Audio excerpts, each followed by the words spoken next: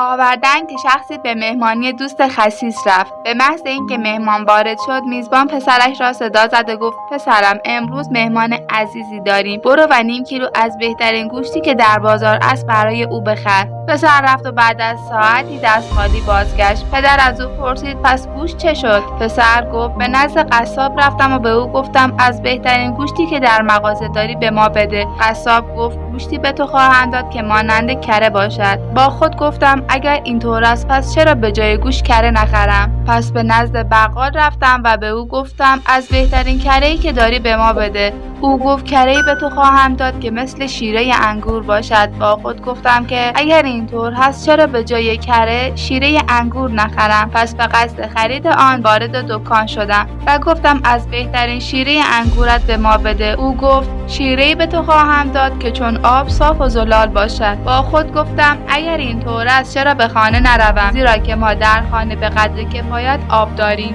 این گونه بود که دست خالی برگشتم. پدر گفت چه پسر زرنگ و باهوشی هستی، اما یک چیز را از دست دادی. آنقدر از این مغازه به آن مغازه رفتی که کفشت فرسوده شد. پسر گفت نه پدر، کفش‌های مهمان را پوشیده بودم.